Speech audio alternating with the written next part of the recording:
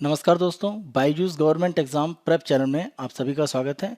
आज हम 2 नवंबर 2020 के समाचार विश्लेषण आपके सामने प्रस्तुत कर रहे हैं, जिसमें द हिंदू अखबार के प्रमुख आर्टिकल की हम यहाँ पर समीक्षा करेंगे और इन आर्टिकल से संबंधित प्रारंभिक और मुख्य परीक्षा के प्रश्न आपको प्रैक्टिस के लिए दिए जाएंगे। हम अपने पहले आर्टिकल पर आते हैं और ये भारत की विदेश नीति से संबंधित है। The shift in trajectory of India's foreign policy. अगर हम पिछले 1-2 साल में देखें और ख़ास तौर पे 2014 के बाद से, तो भारत की विदेश नीति में एक बड़ा परिवर्तन हुआ है।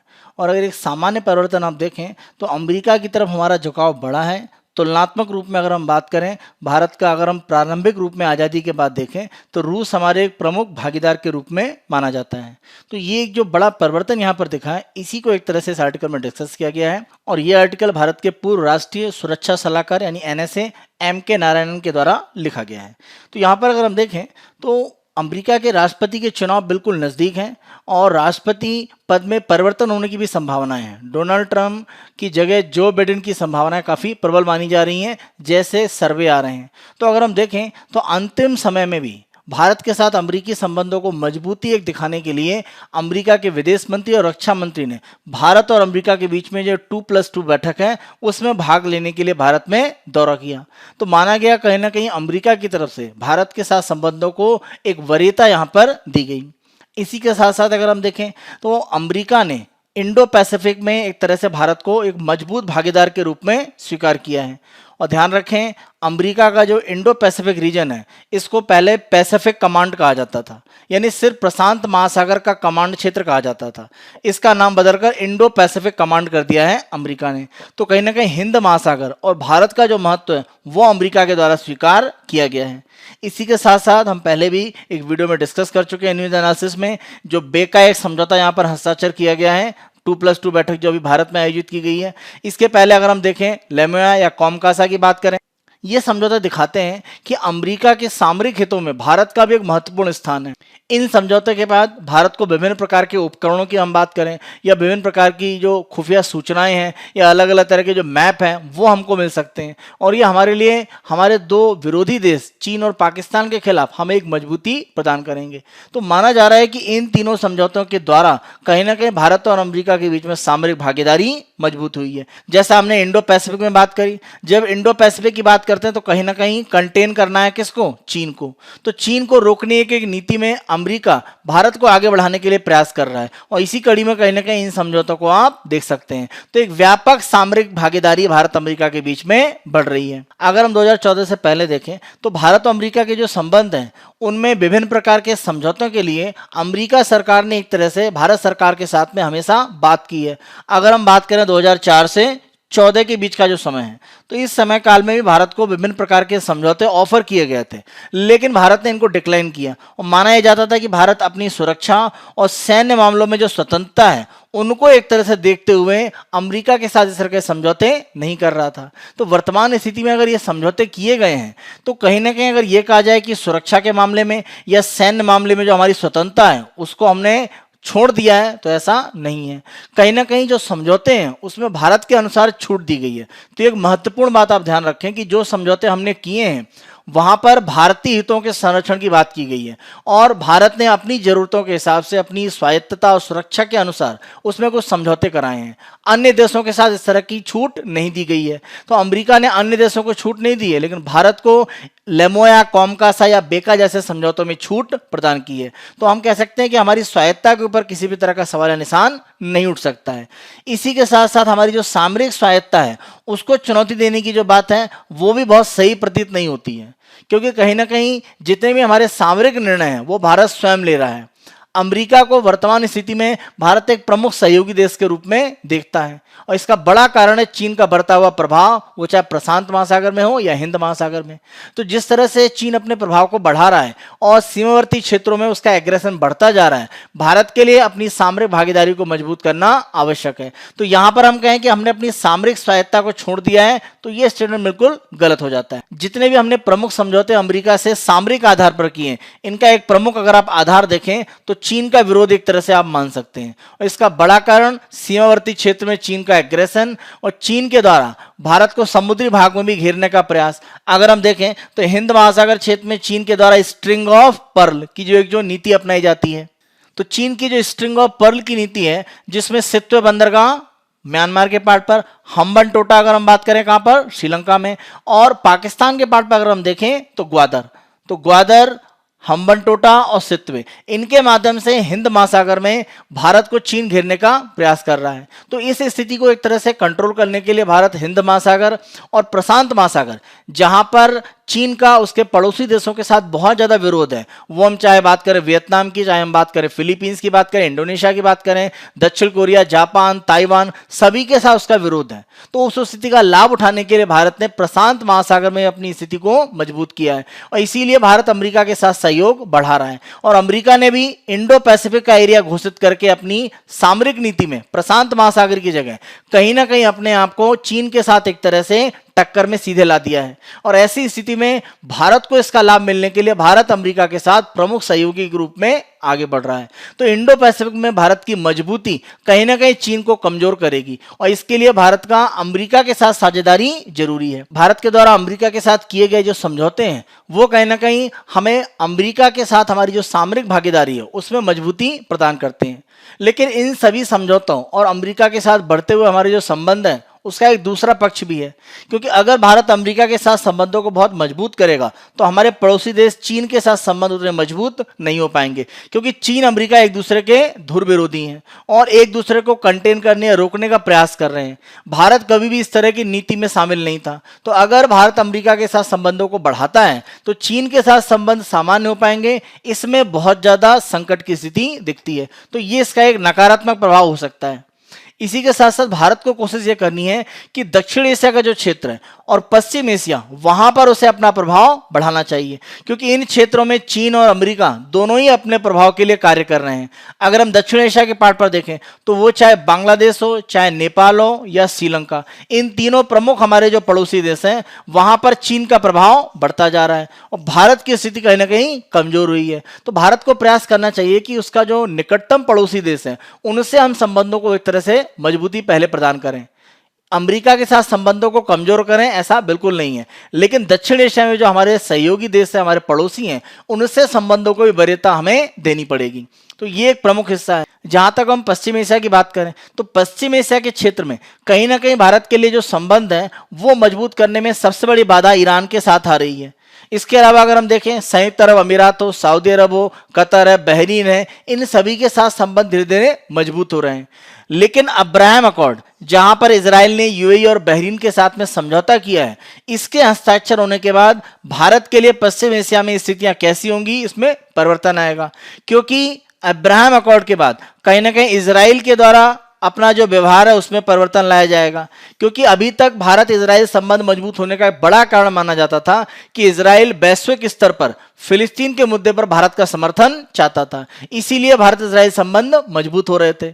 अब अगर अरब के देश इजराइल के साथ संबंधों को सामान्य करेंगे और किसी तरह का पश्चिम एशिया में विवाद नहीं रहेगा फिलिस्तीन को लेकर, अगर हम यूएई और बहरीन का एक एग्जाम्पल लेकर चलें तो आने वाले समय में भारत का जो महत्व है इजराइल के लिए वो उतना ज्यादा नहीं रह जाएगा। तो ये स्थिति कहीं ना कहीं भारत के इजराइल से संबंधों को भी एक तरह से संकट में ला सकती है। तो इसे भी हमें एक तरह से देखने की भविष्य में आवश्यकता है। तो पश्चिम एशिया में हमारे लिए स्थितियां अनुकूल अभी दिख रही हैं, लेकिन भविष्य में परिवर्तन हो सकते हैं, वो हमें देखना है।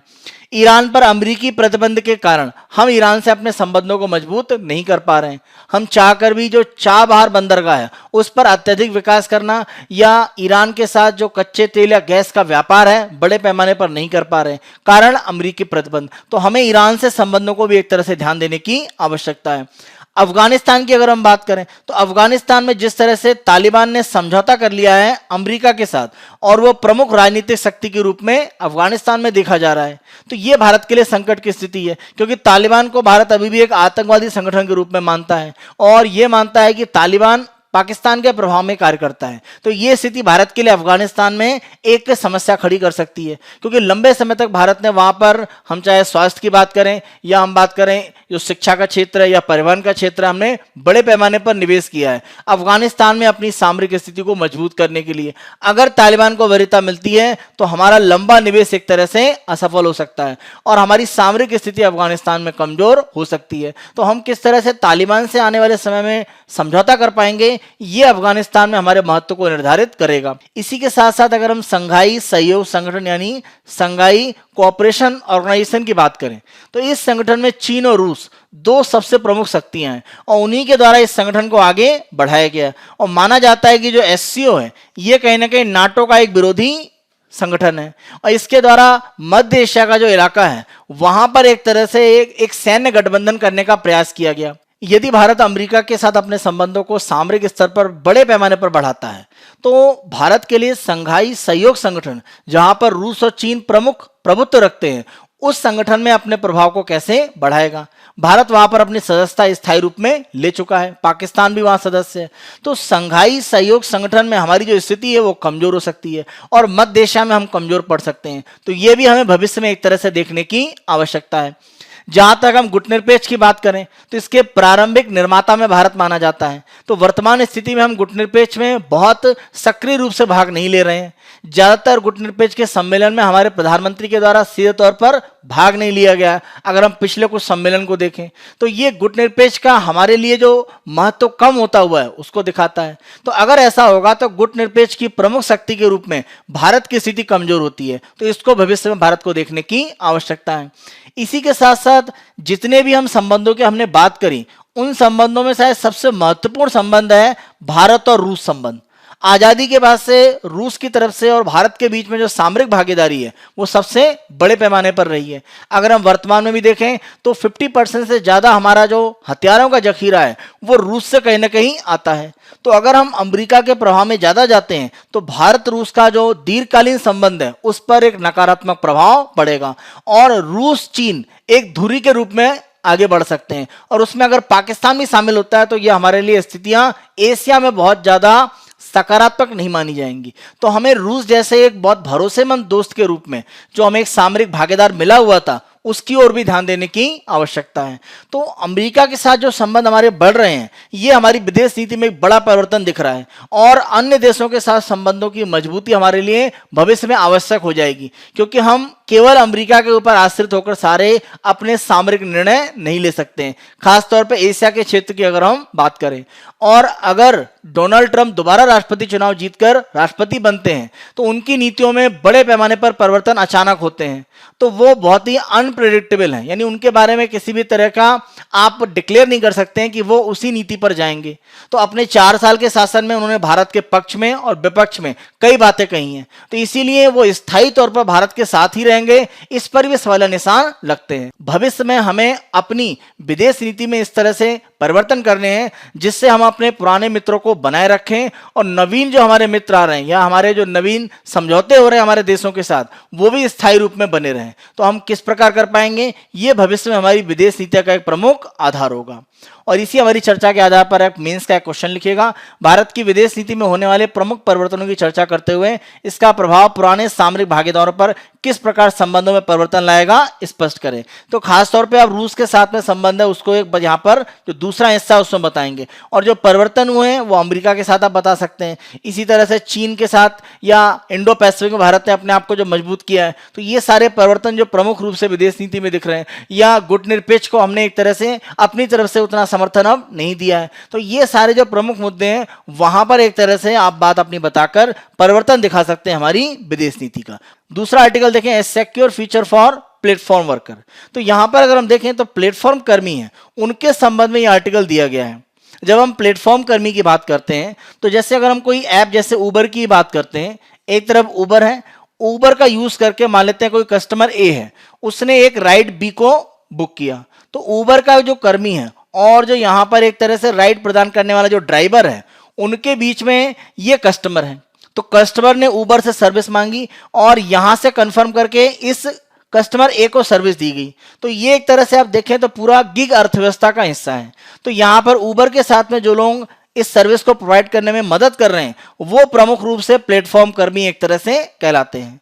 और जिसके द्वारा सर्विस दी जा रही है, चाहे वो उबर का ड्राइवर हो या फूड डिलीवरी जो ऐप है हमारे स्विगी जोमेटो, उनमें जो डिलीवरी करने वाले लोग हैं, वो सभी एक तरह से गिग कर्मचारी के रूप में माने जाते हैं।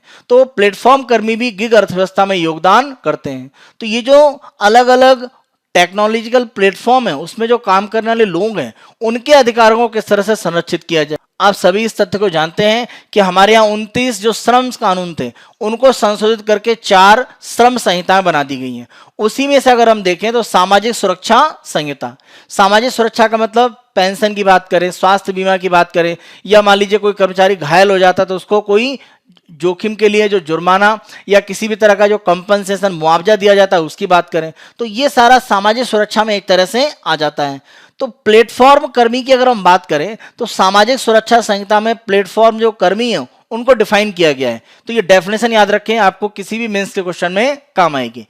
प्लेटफॉर्म कार्य का अर्थ है एक पारंपरिक नियोक्ता कर्मचारी संबंध के बाहर एक कार्य व्यवस्था जिसमें संगठन या व्यक्ति विशिष्ट समस्याओं को हल करने के लिए या विशिष्ट सेवाओं या किसी अन्य ऐसी गतिविधियों को प्रदान करने के लिए अन्य संगठनों या व्यक्तियों का उपयोग करने के लिए एक ऑनलाइन प्लेटफॉर्म का उपयोग करते हैं, इस कार्य के लिए भुगतान प्राप्त करते हैं। तो उबर के द्वारा किसी कस्टमर के द्वारा जब राइड को मांगा गया तो उन्होंने जो सर्विस प्रोवाइड करी उसके लिए उबर एक तरह से पेमेंट प्राप्त करता है। इसे हम प्लेटफॉर्म कर्मी या प्लेटफॉर्म पर कार्य करने वाले जो व्यक्ति हैं उनके साथ एक परिभाषा के रूप में जोड़ सकते हैं। इसी के साथ साथ सामाजिक सुरक्षा संहिता में यह कहा गया है कि केंद्र सरकार अधिसूचित करेगा, यानी केंद्र सरकार के द्वारा अपने कानून के माध्यम से अधिसूचित किया जाएगा कि कौन सी सेवाएं हैं जिनको प्लेटफॉर्म के माध्यम से उपलब्ध कराया जाएगा। अब प्लेटफॉर्म कर्मी की अगर हम बात करें या जो गिग कर्मी हैं या असंगठित क्षेत्र में जो लोग काम कर रहे हैं, इन तीनों की अगर हम बात करें तो ये जो हमारी सामाजिक सुरक्षा संहिता है इसमें एक समस्या यही है कि प्लेटफॉर्म कर्मी और जो गिग कर्मी, अंतर आप ध्यान रखिए, प्लेटफॉर्म कर्मी गिग कर्मियों के लिए एक तरह से सेवा प्रदान करने के लिए एक मध्यस्थ के रूप में कार्य करते हैं और असली में सेवा इनके द्वारा प्रदान की जाती है। असंगठित क्षेत्र की बात करें तो जितना भी कॉन्ट्रैक्ट पर एक तरह से काम हो रहा है वो सारा असंगठित है। जो कहीं पर रजिस्टर्ड नहीं है कर्मी, वो सारे के सारे आपके असंगठित क्षेत्र में आते हैं और भारत में कार्य करने का बड़ा हिस्सा असंगठित में आता है। तो इस सामाजिक सुरक्षा संहिता की एक बड़ी समस्या यह है कि प्लेटफॉर्म कर्मी, गिग कर्मी और असंगठित क्षेत्र के कर्मी, इनके बीच में जो अंतर या जो डिफरेंस है उसको बहुत क्लियर नहीं किया गया है। तो ये एक समस्या के रूप में इस संहिता में माना गया है। इसी के साथ साथ अगर हम देखें तो जो प्लेटफॉर्म कर्मी हैं इनके अधिकारों को लेकर बाहरी देशों में एक तरह से प्रयास हो रहे हैं। अगर हम कनाडा के ओंटारियो राज्य की बात करें, अमेरिका के कैलिफोर्निया राज्य की बात करें, तो यहां पर प्लेटफॉर्म कर्मियों को नियमित यानी रेगुलर कर्मचारी मान लिया गया है। इसी के साथ साथ जब आप रेगुलर कर्मचारी हो जाते हैं तो न्यूनतम मजदूर यानी मिनिमम वेज की बात करें या अन्य प्रकार के जो भी लाभ होते हैं, जो सामाजिक सुरक्षा के लाभ है जैसे पेंशन है, बीमा है, वो उनको दिया जाने लगा है। इन अधिकारों को अगर हम यूरोप में देखें तो यूरोपीय संघ और यूरोपीय जो मजदूर संघ है उन्होंने भी स्वीकार किया है। तो कहीं ना कहीं अमेरिका और यूरोप में जो प्लेटफॉर्म कर्मी हैं उनको सामाजिक सुरक्षा या अन्य तरह के जो अधिकार हैं वो देने पर एक तरह से विचार किया जा रहा है और कई जगह इसको दिया जा रहा है। अगर हम किसी प्लेटफॉर्म श्रमिक की बात करें तो वो लचीलेपन और काम के वितरण, इन दोनों के स्वामित्व को प्राप्त नहीं कर पाता है। समस्या क्या है? देखिए, लचीलेपन का मतलब है कि फ्लेक्सिबिलिटी, यानी काम करने के समय में वो अपने हिसाब से परिवर्तन कर पाए, और काम का वितरण कहां पर किस एरिया में उसे काम करने के लिए दिया जाएगा। मान लीजिए वो किसी ऐसे जगह रहता है जो उसके काम करने के एरिया के पास है तो उसको वहीं पर काम मिले तो उसके लिए आसान है, लेकिन उसके रहने की जगह से अगर दूर एरिया में उसे भेजा जाएगा, मान लीजिए फूड डिलीवरी के लिए या राइड के लिए, तो वो उसके लिए ज्यादा उतना लाभ नहीं प्रदान करेगा। तो ये जो दोनों समस्याएं कि काम का वितरण और फ्लेक्सिबिलिटी से काम करना, ये श्रमिक के हाथ में नहीं होता है। क्योंकि आप ध्यान रखें, जो ऑनलाइन इस तरह के प्लेटफॉर्म काम कर रहे हैं, जैसे हमने उबर, स्विगी, जोमेटो की बात करी, तो ये एल्गोरिथम पर काम करते हैं। यानी एक तरह का एक कंप्यूटर प्रोग्राम है जिसके माध्यम से ये डिसाइड किया जाता है कि जैसे मान लीजिए किसी कस्टमर ए के द्वारा किसी राइड की रिक्वेस्ट की गई, तो एल्गोरिथम के माध्यम से डिसाइड किया जाएगा कि जहां उसने अपना पिक पॉइंट दिया, जहां से उसको गाड़ी में पिक करना है, उस जगह के नजदीक जितने भी राइड वाले हैं, मान लीजिए 4 हैं, तो किसको चुना जाना है, ये कंप्यूटर का जो एल्गोरिथम है वो डिसाइड करता है। तो ये फिक्स पार्ट पर नहीं है। तो ये एक तरह से क्या है, इस पर किसी तरह का कंट्रोल कर्मचारियों को नहीं है। हो सकता है किसी इलाके में ज्यादा राइड मिल जाए, किसी में कम मिले। तो ये जो कहा जा रहा है कि जो प्लेटफॉर्म कर्मी हैं उनके लचीलेपन और काम का जो वितरण है उस पर बहुत ज्यादा उनका कंट्रोल नहीं होता है, क्योंकि एल्गोरिथम डिसाइड करता है किसको कैसे कहां पर काम दिया जाना है। तो ये एक यहां पर समस्या के रूप में माना जाता है। इसी के साथ साथ देखें, जो कार्य का मूल्य है और बंटवारा किया जाना है कार्य का, और काम के जो घंटे हैं उन पर भी एक तरह से प्रभाव पड़ता है, क्योंकि ये कहीं ना कहीं एल्गोरिथम के साथ डिपेंड करते हैं। अगर आपको किसी दिन कम काम अलॉट किया गया है तो आपका एक तरह से राइट कम होता है, आपका पेमेंट कम बनता है। तो ये भी एक तरह से क्या है, इसके ऊपर भी एक यहाँ पर एक समस्या की स्थिति है कि एल्गोरिथम डिसाइड करता है, तो हर कर्मचारी को आप बराबर लाभ नहीं दे पाते हैं। तो यहाँ पर यह भी हमें देखना पड़ेगा कि जो इस तरह के प्लेटफॉर्म है वहां पर जो काम अलॉट किया जाता है उसमें किस तरह से कंट्रोल प्लेटफॉर्म कर्मियों को दिया जाए, क्योंकि यह पूरी तरह से एल्गोरिथम के आधार पर रहता है, जो एक सिंपल कंप्यूटर प्रोग्राम है। अगर हम प्लेटफॉर्म कार्य में जो लगे हुए हैं उनकी बात करें, जैसे अगर हम जो भी उबर या ओला की बात करें, तो जितने भी वाहन उसमें लगे हुए हैं उन वाहन की जो आवश्यकता है, तो उसके लिए जो ऋण है, क्योंकि कोई भी व्यक्ति गाड़ी अचानक नहीं खरीद सकता है, तो गाड़ी खरीदने के लिए उसको जो लोन की जरूरत है वो प्लेटफॉर्म कंपनियों के द्वारा ही प्रदान किया जाता है। जैसे उबर की बात करें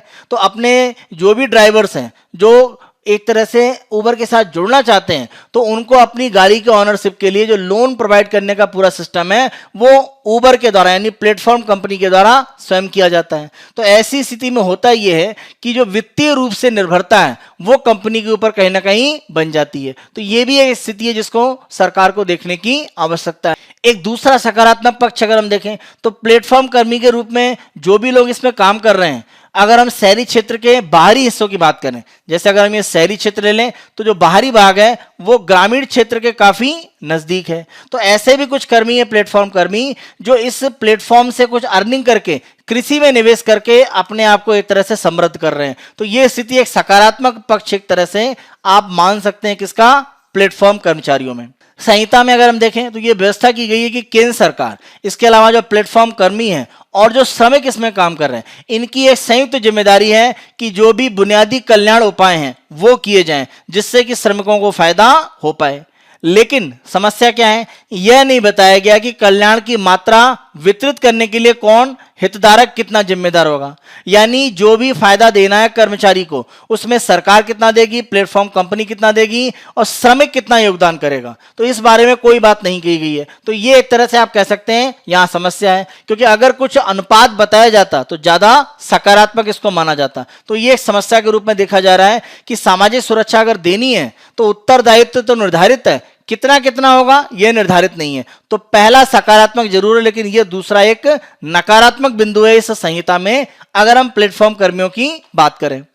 अगर हम कोरोना महामारी में देखें तो आवश्यक सेवा जो उपलब्ध करा रहे थे, जैसे अगर हम स्वास्थ्य कर्मियों की बात करें या सफाई कर्मियों की बात करें, उनका बहुत ज्यादा एक तरह से उनको हाईलाइट किया गया।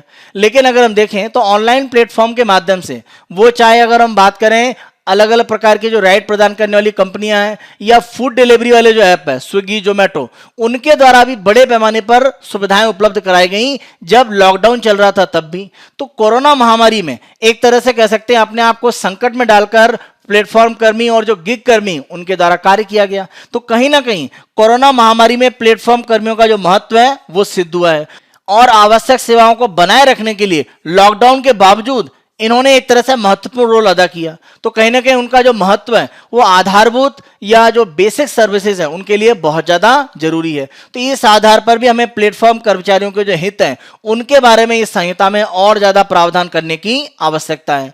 अगर हम एक रास्ता देखें क्या हो सकता है, तो रास्ता यह हो सकता है कि जो गिग अर्थव्यवस्था है उसमें काम की जो विषमता है, यानी अलग अलग तरह के जो काम करने होते हैं उसको एक सामाजिक और कानूनी मान्यता दी जाए, यानी सामाजिक रूप में, सोसाइटी के रूप में और लीगल फॉर्म में उसको एक रिकॉग्निशन दिया जाए। सामाजिक सेवाएं उपलब्ध कराने की अगर हम बात करें तो एक संयुक्त जवाबदेही बना देनी चाहिए राज्य सरकारों की या केंद्र सरकार की और प्लेटफॉर्म कंपनियों की, जो बराबर रूप में सामाजिक सेवाओं को इन कर्मचारियों को उपलब्ध कराने का प्रयास करेंगी।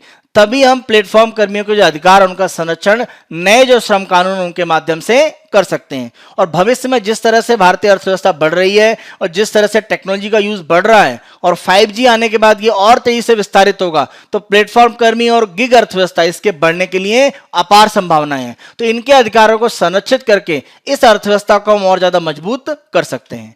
इसी चर्चा के आधार पर एक मेंस का क्वेश्चन लिखेगा, प्लेटफॉर्म कर्मियों का योगदान भारतीय अर्थव्यवस्था में स्पष्ट करते हुए इनके कल्याण के लिए किए जाने वाले उपाय सुझाएं। तो जो उपाय आपको बताए गए वो आप देखें कि सामाजिक सुरक्षा प्रदान करना, और योगदान क्या है, तो आप कोरोना वायरस के समय आवश्यक सुविधाओं को उन्होंने बनाए रखा। इसके अलावा जिस तरह से टेक्नोलॉजी का प्रयोग बढ़ता जा रहा है तो उनके लिए भी संभावनाएं बढ़ रही हैं, तो आने वाले समय में ये और ज्यादा विस्तारित होगा। तो ये एक तरह से आप अर्थव्यवस्था में जो इनका योगदान है उसको अलग अलग एग्जाम्पल से बता सकते हैं, और उपाय जो हमने लास्ट में डिस्कस किए वो लास्ट में आप यहां पर बताएंगे। नेक्स्ट हम देते हैं, Gilgit Baltistan a part of India says MEA है। अगर हम बात करें मिनिस्ट्री ऑफ एक्सटर्नल अफेयर्स, तो हमारे जो विदेश मंत्रालय है उनके द्वारा यह कहा गया है कि जो गिलगित बाल्टिस्तान का रीजन है ये भारत का हिस्सा है, क्योंकि पाकिस्तान के द्वारा इस इलाके में जो उनके कब्जे में है वहां पर चुनाव करने की एक यहां पर बात की गई है। वैसे चुनाव की डेट 18 अगस्त थी, लेकिन कोरोना के कारण इसको एक तरह से आगे एक्सटेंड किया गया है। तो वहां पर चुनाव करने की जो प्रक्रिया पाकिस्तान लाना चाहता है उसका भारत ने विरोध किया है, क्योंकि भारत का कहना है कि ये जो इलाका है ये भारत का हिस्सा है जिस पर पाकिस्तान ने गैर कानूनी रूप से कब्जा कर रखा है। कश्मीर का भारत में जो विलय हुआ है उसी आधार पर गिलगित बाल्टिस्तान का रीजन भी भारत का हिस्सा है। तो भारत सरकार के जो नए मैप है उसमें अगर हम देखें तो ये गिलगित बाल्टिस्तान का एक रीजन है, तो ये प्रमुख रूप से भारत का भाग है, पाकिस्तान के नियंत्रण में जरूर है। तो इसीलिए किसी भी तरह की अगर चुनाव जैसी प्रक्रिया शुरू होती है तो इसे भारतीय क्षेत्र में एक तरह से पाकिस्तान के द्वारा की गई कार्रवाई माना जाएगा, जिसको कारण विदेश मंत्रालय के द्वारा इसका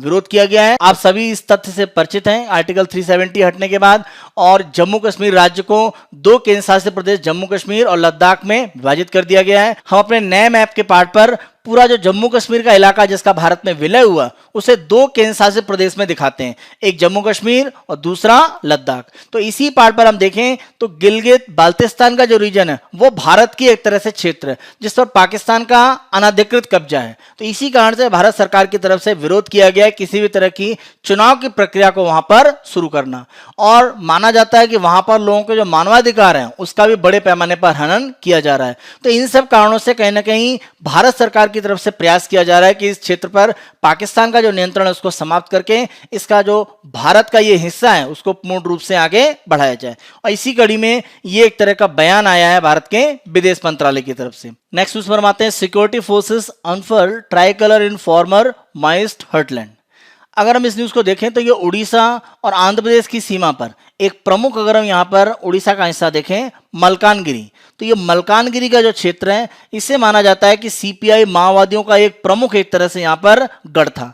तो मलकानगिरी डिस्ट्रिक्ट के पार्ट पर एक जगह अगर हम देखें तो ये है गुरा सेतु।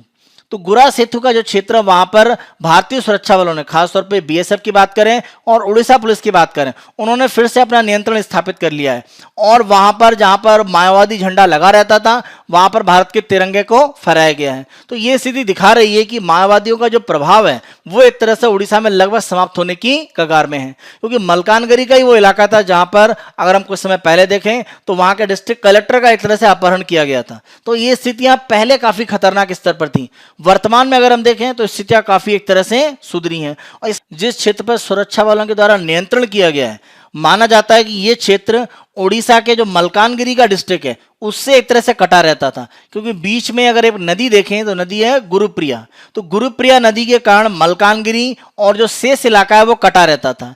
अब यहां पर अगर हम देखें तो 2018 में एक ब्रिज का निर्माण कर दिया गया, और इस ब्रिज के निर्माण के बाद से कहीं ना कहीं मलकानगिरी यानी जो मेन उड़ीसा का हिस्सा है उसे मलकानगिरी का जो अन्य भाग है उससे पूर्ण रूप से जोड़ दिया गया। तो ये स्थिति कहीं ना कहीं माओवादियों को कमजोर करती है, क्योंकि 2018 के पहले जब तक यहां पर पुल नहीं था तब तक कहीं ना कहीं मलकानगिरी के उड़ीसा के क्षेत्र से मलकानगिरी के अन्य भागों में जाने के लिए समस्याएं थी, केवल नाव के आधार पर आप यहां पर पहुंच सकते थे। तो माओवादियों ने अपना प्रभाव बढ़ा रखा था। 2018 में इस पुल के उद्घाटन के बाद सुरक्षा बलों की बात करें या जो आर्थिक सामाजिक विकास के जो पक्ष हैं उनको भी एक तरह से इन क्षेत्रों में पहुंचाया गया। तो मलकानगिरी का जो पूरा क्षेत्र है वो कहीं ना कहीं बड़े पैमाने पर सरकारी नियंत्रण में धीरे धीरे आता जा रहा है। तो ये घटना कहीं ना कहीं नक्सलवाद और माओवाद का जो घटता हुआ प्रभाव है उड़ीसा आंध्र प्रदेश की सीमा पर, वहां पर प्रमुख रूप से इसको दर्शाता है। उड़ीसा आंध्र प्रदेश के सीमावर्ती भागों की अगर हम बात करें तो प्रमुख रूप से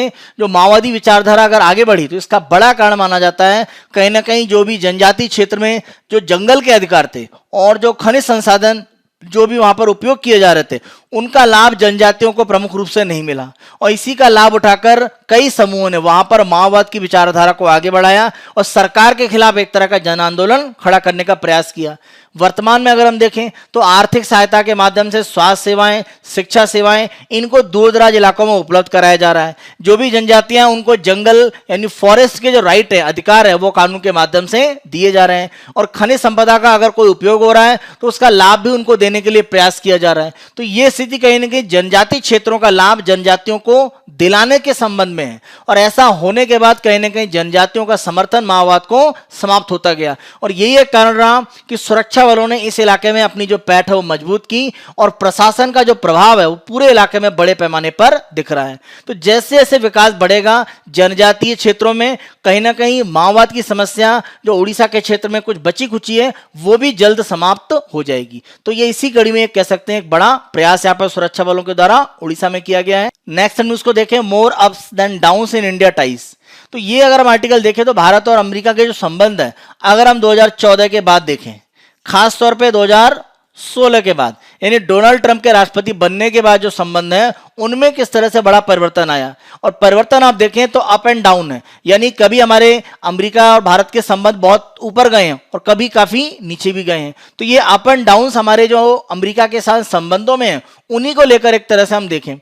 अमेरिका के राष्ट्रपति के रूप में जैसे ही डोनाल्ड ट्रंप 2016 में सत्ता में आते उन्होंने वीजा को लेकर प्रतिबंधों की घोषणा करी। यानी जो भी एक तरह से भारतीय पढ़ने के लिए या अन्य कार्य से अमेरिका में प्रवेश कर रहे थे उन पर कुछ रिस्ट्रिक्शन या प्रतिबंध लगाने की बात की गई। तो यह भारत के खिलाफ एक निर्णय माना गया। इसी तरह से भारत के द्वारा अमेरिका से जो भी बाहर से सामान आता है यानी जो हमारे यहाँ आयात आता है उस पर हम बहुत सारा टैरिफ या शुल्क लगा देते हैं जिससे कि आयात महंगा हो जाए और हमारे बाजार को नुकसान ना हो पाए। तो इसके ऊपर भी अमेरिका भारत के विरोध में था कि अमेरिका भारत से चाह रहा था कि वो इस तरह के व्यापार को नुकसान पहुंचाने वाले शुल्कों को हटाएं, लेकिन अपने घरेलू उद्योगों को बचाने के लिए हम इस तरह के शुल्कों को पूर्ण रूप से हटाने पर तैयार नहीं थे। तो ये एक स्थिति बन रही थी भारत और अमेरिका के बीच में टकराव की।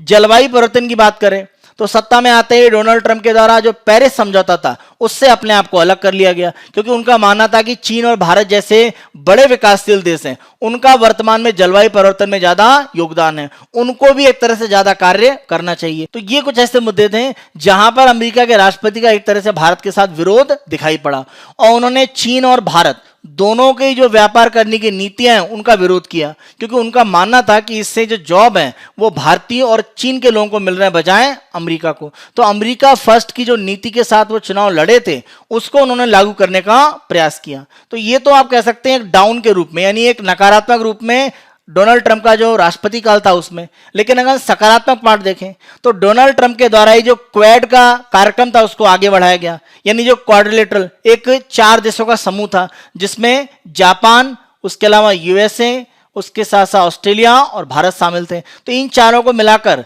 जो इंडो पैसिफिक का इलाका था वहां पर अपनी मजबूती एक तरह से अमेरिका करना चाह रहा था, चीन को कमजोर करने और भारत को मजबूती एक तरह से देकर, जिससे कि इंडो पैसिफिक में संतुलन बना रहे और प्रशांत महासागरीय कमांड को इंडो पैसिफिक कमांड में कन्वर्ट कर देना। इसी के साथ साथ दक्षिण एशिया की जो नीति है वहां पर परिवर्तन लाया गया। अगर हम दक्षिण एशिया की नीति की परिवर्तन की बात करें तो खास तौर पर हम पाकिस्तान के लिए बात कर सकते हैं। अमेरिका के राष्ट्रपति के द्वारा सीधे पाकिस्तान को एक तरह से चेतावनी दी गई थी कि अगर आतंकवाद का समर्थन उन्होंने बंद नहीं किया तो अमेरिकी जो मदद पाकिस्तान को दी जाती है उसको रोक दिया जाएगा। तो ये भारत के लिए काफी सकारात्मक पक्ष थे। अगर हम डोनाल्ड ट्रंप के समय की बात करें तो ये हमारे लिए एक मजबूत स्थिति दिख रही थी जहां पर भारत के पक्ष में काफी निर्णय किए गए। इसी के साथ साथ अगर हम 2018 में देखें तो काफी बड़ी पहल हुई भारत और अमेरिका के बीच में। 2018 के पार्ट पर देखें रणनीतिक व्यापार प्राधिकरण यानी स्ट्रेटेजिक ट्रेड ऑथराइजेशन STA1।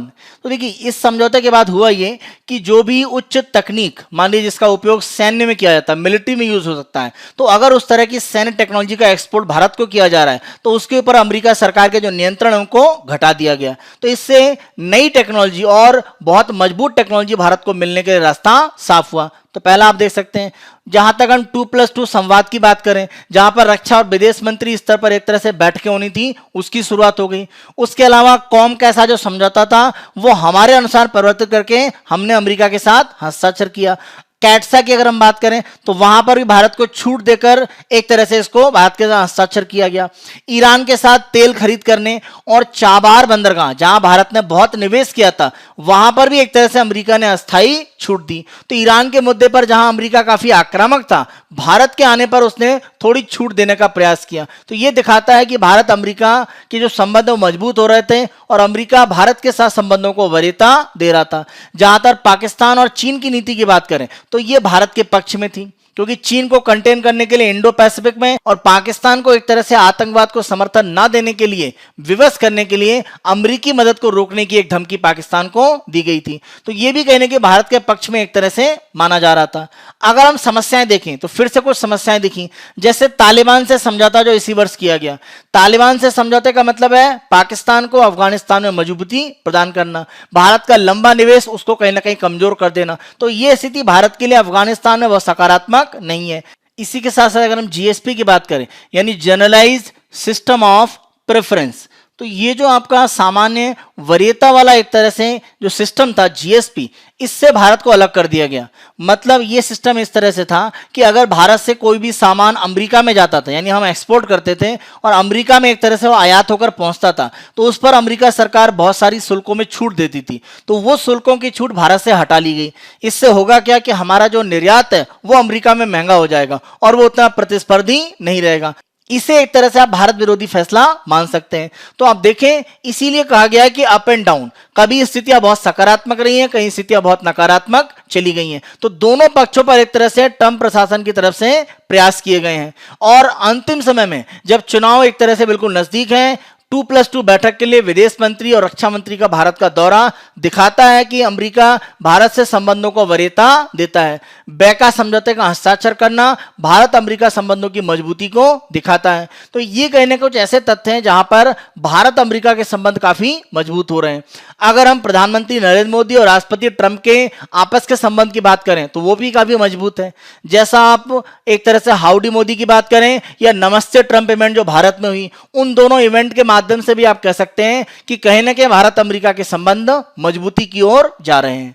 हमारी इसी चर्चा के आधार पर अब एक मेंस का क्वेश्चन लिखिएगा, ट्रंप प्रशासन के प्रथम कार्यकाल में भारत अमेरिकी संबंधों की समीक्षा करें। तो अप्स एंड डाउन्स दोनों को आप बताएं और लास्ट में बता सकते हैं कि भारत और अमेरिका की जो सामरिक भागीदारी है वो दोनों देशों के लिए महत्वपूर्ण है। भारत के लिए कहीं ना कहीं चीन पाकिस्तान के साथ अपने आप को मजबूती दिखाने के लिए, और अमेरिका के लिए चीन का जो प्रभाव है और आतंकवादी जैसी स्थितियां अलग अलग देशों में उनको नियंत्रित करने में भारत जैसे देश के साथ समर्थन उनका आवश्यक है। आगे हम अपनी प्रीलिम्स की कुछ न्यूज़ पर आते हैं और ये आर्टिकल अगर हम देखें तो 2 नवंबर 1920 का एक आर्टिकल है और इसमें महात्मा गांधी के द्वारा यंग इंडिया में जो एक आर्टिकल दिया गया उसके संबंध में है। तो यहाँ पर हम महात्मा गांधी की कुछ जो लिखी हुई पत्रिकाएं हैं उनके संबंध में चर्चा करते हैं। जहाँ तक यंग इंडिया की बात करें तो 1919 से 1931 के बीच में महात्मा गांधी के द्वारा इसे प्रकाशित किया गया था अंग्रेजी में, और साप्ताहिक पत्रिका थी। और इस आंदोलन में एक तरह से अहिंसा को किस तरह से उपयोग किया जाना है उस विचारधारा के बारे में एक तरह से बातें कही गई थी। अगर हम बात करें यंग इंडिया की, इसी के साथ साथ अगर देखें 1933 में गांधी जी ने अंग्रेजी में एक साप्ताहिक समाचार पत्र हरिजन का प्रकाशन शुरू किया, जिसे 1948 तक प्रकाशित किया गया। इसी अगर हम दौरान देखें तो गुजराती में हरिजन बंधु और हिंदी में हरिजन सेवक नाम की पत्रिका भी गांधी जी के द्वारा प्रकाशित की। इन तीनों पेपर की अगर हम बात करें तो भारत और दुनिया की सामाजिक और जो आर्थिक समस्याएं हैं उनको एक तरह से बताते थे। लाला लाजपत राय द्वारा अमेरिका के इंडिया होम रूल लीग द्वारा यंग इंडिया का पुनर्मुद्रण किया गया था। तो ये तीनों पत्रिकाओं के बारे में एक तरह से कथन है। यहाँ पर इसी संबंध में हम एक प्री का क्वेश्चन देखते हैं, निम्नलिखित में से कौन महात्मा गांधी द्वारा स्थापित या प्रकाशित किया गया था? यंग इंडिया, हरिजन अभी हमने देखा। दक्षिण अफ्रीका में भारतीयों के खिलाफ जो भेदभाव होता था उसके खिलाफ गांधी जी का एक तरह से यह आंदोलन था। उसी कड़ी में आप देखें तो नटाल भारतीय कांग्रेस का महात्मा गांधी के द्वारा गठन किया गया था 1894 में। तो तीनों स्टेटमेंट सही है, आंसर डी। नेक्स्ट उस पर आए तो ये एक आंकड़ा यहां पर दिया गया है कि किस तरह से अलग अलग देशों में जो भी एक तरह से लॉकडाउन के कारण आर्थिक स्थिति बन रही है या आर्थिक स्थिति में सुधार या कम सुधार हुआ है उस स्थिति को दिखाया गया है। अगर हम भारत के पार्ट पर देखें तो यहां पर अगर हम कंपैरेटिव रूप में देखें तो भारत अपनी जीडीपी का स्वास्थ्य पर 3.5% खर्च करता है, और ये सार्क और आसियान के देशों की अगर हम बात करें तो उनकी तुलना में तो लगभग समान है, लेकिन अगर हम ब्रिक्स देशों की बात करें तो उनकी तुलना में कम है, और अगर हम एडवांस यानी विकसित अर्थव्यवस्थाओं की तुलना में देखें तो काफी कम है। भारत में स्वास्थ्य पर जितना खर्च किया जाता है उसका लगभग 63.2% ये भारत में लोगों के द्वारा अपनी जेब से खर्च किया जाता है। यानी अलग अलग जो परिवार है भारत में वो अपने खुद के खर्चे से स्वास्थ्य पर खर्च करते हैं। यानी अगर भारत में स्वास्थ्य में 100 रुपए खर्च हो रहा है तो 63.2 लोगों के द्वारा अपने स्वयं खर्च किए जा रहे हैं, यानी सरकार की तरफ से वो खर्च नहीं हो रहा है। ये एक फैक्ट आप ध्यान रखें। अगर हम यहां पर इस ग्राफ को देखें तो आउट ऑफ पॉकेट की अगर हम बात करें यानी पेशेंट के द्वारा, मरीज के द्वारा स्वयं खर्च करने की बात करें तो यहां अगर हम बिहार, यूपी, एमपी, ओडिशा, झारखंड, उत्तराखंड की बात करें तो इन राज्यों में अगर हम देखें तो जितना टोटल खर्च किया जाता है इस लाइन से ऊपर है, इसका मतलब 60 से लेकर 80% जो खर्चा है वो मरीजों के द्वारा स्वयं किया जाता है। यानी इन राज्यों में सरकारों के द्वारा स्वास्थ्य पर बहुत खर्च नहीं किया जाता है। अधिकतम हिस्सा है इन राज्यों में खर्च किया जाता है मरीजों के द्वारा स्वयं स्वास्थ्य पर। अगर हम बॉटम के यहां पर राज्य देखें, महाराष्ट्र, कर्नाटक, हिमाचल प्रदेश, तो यहां देखें कि ज्यादा हिस्सा एक तरह से क्या है वो सरकारें खर्च कर रही हैं। अगर हम कर्नाटक का हिस्सा ले लेते हैं तो ये लाइन कितने पर जा रही है 45, तो 45% तो एक तरह से मरीज स्वयं खर्च कर रहा है, लेकिन जो 55% है वो कर्नाटक सरकार के द्वारा व्यय किया जा रहा है। इसी तरह से अगर हम हिमाचल प्रदेश की बात करें तो यह आंकड़ा लगभग 40% से कुछ नीचे जाता है, हम मान लेते हैं लगभग 38%। तो हिमाचल प्रदेश में 38% मरीज करता है और बचा हुआ हिस्सा एक तरह से कितना हुआ 62% ये हिमाचल प्रदेश सरकार के द्वारा किया जाता है। तो बिहार, यूपी, एमपी, ओडिशा, झारखंड, उत्तराखंड इन राज्यों में ज्यादा जो खर्च है वो मरीज कर रहे हैं बजाय सरकारों के, जबकि महाराष्ट्र, कर्नाटक, हिमाचल प्रदेश में ये खर्चे ज्यादा स्तर पर एक तरह से सरकारें कर रही हैं बजाय मरीजों के। यही कारण है कि स्वास्थ्य पर जो ज्यादा खर्च है वो लोगों के द्वारा स्वयं किया जाता है अपनी जेब से बजाय सरकार के। अगर हम यूपी, बिहार, झारखंड और पंजाब के लिए बात करें तो उनके द्वारा जो भी एक तरह से स्वास्थ्य पर खर्च किया जाता है प्रति व्यक्ति, अगर हम जीडीपी का ले लें, मान लीजिए प्रति व्यक्ति जीडीपी का जो भी खर्च हो रहा है किसी राज्य में, तो अगर हम यूपी में देखें तो ये आंकड़ा अगर ऊपर लेकर जाएं तो लगभग ये पहुंच जाता है 45%। तो ये 45% खर्चा है वो निजी क्षेत्र यानी जो निजी क्षेत्र के अस्पताल है वहां पर किया जा रहा है। लेकिन इसी आंकड़े को अगर आप हिमाचल प्रदेश, दिल्ली, तमिलनाडु और गोवा की बात करें तो गोवा में अगर आप देखें तो लगभग 9%, यानी गोवा में केवल 9% जो खर्च हो रहा है स्वास्थ्य में वो निजी क्षेत्र में जा रहा है। यानी बड़ा खर्चा लगभग 91%, 91% का जो हिस्सा गोवा में है वो सरकारी जो अस्पताल है या सरकारी जो स्वास्थ्य सुविधाएं हैं वहां पर किया जा रहा है। तो ये एक बड़ा अंतर यहां पर दिखता है कि जो बड़े राज्य है जहां पर स्वास्थ्य सुविधाएं अच्छी होनी चाहिए, जहां जनसंख्या ज्यादा है, वहां पर निजी क्षेत्र में जो अस्पताल या सुविधाएं स्वास्थ्य की वहां ज्यादा खर्च किया जा रहा है। उसके साथ साथ सरकारों का खर्च वहां पर कम है और लोग अपनी जेब से ज्यादा खर्च कर रहे हैं। तो ये भारत में स्वास्थ्य पर जो व्यय किया जा रहा है उसकी स्थिति को दिखाता है, और यही एक कारण है कि कोविड-19 की हमारी फाइट में कहीं ना कहीं स्वास्थ्य सुविधाओं पर जो असर है वो ज्यादा पड़ा और उसका लाभ ज्यादा नहीं मिल पाया, क्योंकि कहीं ना कहीं सरकारें उतने बड़े पैमाने पर स्वास्थ्य सुविधाओं को देने में अभी भी सफल नहीं हो पा रही हैं, और ये एक बड़ी समस्या है जो कोविड-19 में सामने आई है। इसी हमारे बेस पर एक प्री का क्वेश्चन आप देखें, निम्नलिखित में से कौन सा कथन सही है? भारत अपने सकल घरेलू उत्पाद का 9% स्वास्थ्य सेवाओं पर खर्च करता है। अभी हमने देखा यह आंकड़ा कितना है 3.5% है, तो 9% गलत हो जाता है। भारत के स्वास्थ्य व्यय का एक बड़ा हिस्सा परिवारों द्वारा अपनी जेब से खर्च किया जाता है। हमने देखा कितना था 63.2%। अगर आप यहां पर देखें यह आंकड़ा हमने देखा था 63.2, तो ये 50% से ज्यादा है, तो बड़ा हिस्सा हुआ। तो दूसरा सही है स्टेटमेंट, तो आंसर बी केवल 2 सही है। नेक्स्ट न्यूज पर हम आते हैं, और ये 1 नवंबर राज्य स्थापना दिवस अगर हम देखें तो कर्नाटक के पार्ट पर है, केरल के लिए भी है, आंध्र प्रदेश के पार्ट पर ही है। तो यहाँ पर भारत में जो राज्यों की स्थापना, राज्यों का जो पुनर्गठन किया गया आजादी के बाद, उसके संबंध में है। अगर हम राज्यों के पुनर्गठन की बात करें तो भारत में गठित किया गया था एस.के. धर आयोग जून 1948 में, और यहाँ पर सरकार ने भाषा के आधार पर राज्यों का जो गठन है वो कितना व्यवहारिक है इसका अध्ययन करने के लिए एस.के. धर समिति का गठन किया गया था। और इस समिति की जो रिपोर्ट आई उन्होंने भाषा के आधार पर गठन करने को खारिज कर दिया, यानी इसको रिजेक्ट कर दिया गया था। उनका मानना था कि राज्यों का अगर पुनर्गठन किया जाता है आजादी के बाद तो भौगोलिक संदर्भ, वित्तीय आत्मनिर्भरता, प्रशासनिक व्यवहार्यता और विकास के लिए जो संभाविता है या जो संभावित विकास हो सकता है उसके आधार पर किया जाना चाहिए। जो एसके धर कमेटी की रिपोर्ट थी उस पर विचार करने के लिए 3 सदस्यों की एक कमेटी, जिसमें जवाहरलाल नेहरू, वल्लभ भाई पटेल और पट्टाभी सीतारामैया थे, इसीलिए इसको JVP कमेटी भी कहा जाता है। तीनों के नामों के प्रारंभिक वर्ड अगर ले लें तो इसके आधार पर एक कमेटी बनाई गई 3 सदस्यों की इस पर विचार करने के लिए। तो ये 1948 में जयपुर में जो कांग्रेस का सेशन था उसमें धार आयोग पर विचार करने के लिए 3 सदस्यों की एक समिति बनाई गई और इन्होंने भी भाषाई कारक को एक तरह से यहां पर रिजेक्ट कर दिया। लेकिन ध्यान रखें कि भाषा के आधार पर पहले राज्य के रूप में आंध्र प्रदेश का गठन हो गया, जिसमें पोट्टू श्रीरामुलु एक तरह से एक लंबे समय उन्होंने अनशन किया और एक तरह से उनकी मृत्यु हुई। उसके बाद आंध्र प्रदेश का एक तरह से मद्रास जो प्रेसिडेंसी था उसमें से अलग करके भाषा के आधार पर जो तेलुगु भाषी थे वो आंध्र प्रदेश के रूप में एक नए राज्य के रूप में अस्तित्व में आ गया।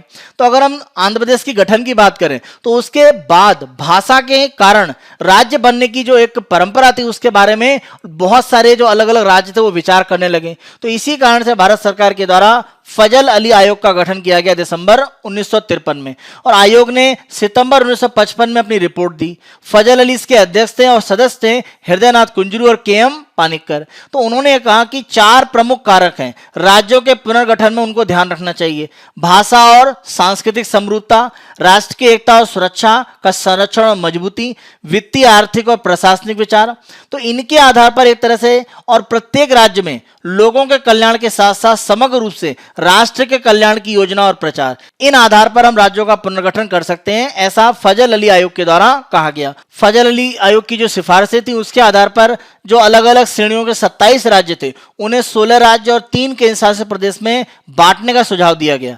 और आगे चलकर देखें कि इनकी सिफारिशों में थोड़ा बहुत परिवर्तन करके 1956 में संसद का जो राज्यों का पुनर्गठन अधिनियम है वो पारित किया गया और 1 नवंबर 1956 को 14 राज्य और 6 केंद्र शासित प्रदेशों का गठन किया गया। तो ये एक तरह से फजल अली आयोग के बाद सिफारिश के रूप में अस्तित्व में आए थे। तो इसी कड़ी में आप यहाँ पर प्री का क्वेश्चन देखें, राज्यों के पुनर्गठन आयोग का नेतृत्व फजल अली ने किया था। HN कुंजरू और KM पानिक्कर इसके सदस्य थे। सही है। दूसरा पॉइंट देखें, स्वतंत्रता के बाद भाषाई आधार पर बनाया जाने वाला पहला राज्य 1953 में आंध्र प्रदेश था। तीसरा पॉइंट हम देखें, पोट्टू श्रीरामुलु की भूख हड़ताल और उसके बाद की मृत्यु ने मद्रास प्रेसिडेंसी के प्रमुख तमिल भाषी राज्य से एक अलग तेलुगु भाषी राज्य के गठन का कारण बना। पोट्टू श्रीरामुलु की भूख हड़ताल के बाद जो मृत्यु थी ये एक बड़ा कारण माना जाता है आंध्र प्रदेश का तेलुगु भाषी राज्य को अलग करके एक नए राज्य के गठन होने के लिए। तो तीनों स्टेटमेंट सही है, आंसर है आपका डी। नेक्स्ट उसको हम देखते हैं, file FIRs for cyber crime states told. देखिए अगर हम भारत की बात करें तो साइबर क्राइम को एक तरह से पता लगाने या उसके बारे में लोगों को अवेयरनेस बढ़ाने और लोग ज्यादा से ज्यादा साइबर क्राइम के बारे में रिपोर्ट करें, हमारी जो होम मिनिस्ट्री है, गृह मंत्रालय, उनकी तरफ से एक पोर्टल चलाया जाता है, national cyber crime reporting portal. तो ये जो cybercrime.gov.in है, यहां पर आप साइबर क्राइम की रिपोर्ट कर सकते हैं और बाद में इसको FIR में कन्वर्ट किया जाता है। यहां पर सरकार का कहना है कि केवल 2.5% कंप्लेन है उनको FIR में कन्वर्ट किया गया है। तो इसीलिए कहा गया है कि जो भी इस तरह की साइबर क्राइम की रिपोर्ट आ रही है इस पोर्टल पर, उसको FIR में ज्यादा से ज्यादा कन्वर्ट किया जाए, जिससे कि साइबर क्राइम को रोकने में एक तरह से मदद मिल पाए। प्रारंभ में जब इस पोर्टल को लॉन्च किया गया था सुप्रीम कोर्ट के आदेश पर, तो केवल चाइल्ड पोर्नोग्राफी, सेक्सुअल हैरेसमेंट और महिलाओं और बच्चों के खिलाफ जो अपराध हैं उनके केसेस यहां पर रजिस्टर किए जाते थे। आगे चलकर 30 अगस्त 2019 को इस पोर्टल को जब लॉन्च किया गया तो साइबर क्राइम को इसमें एक तरह से प्रमुख रूप से आधार दिया गया, जहां पर विभिन्न प्रकार के साइबर क्राइम को रिपोर्ट किया जा सकता था। राष्ट्रीय साइबर अपराध रिपोर्टिंग पोर्टल की स्थापना किसके तहत की गई? तो आंसर आपका क्या है? गृह मंत्रालय। तो ये गृह मंत्रालय के अधीन इस पोर्टल को एक तरह से गठित किया गया। ये हमारा 2 नवंबर 2020 के समाचार विश्लेषण था। आने वाले दिनों में अन्य दिनों के समाचार विश्लेषण हम आपको इसी तरह से प्रस्तुत करते रहेंगे।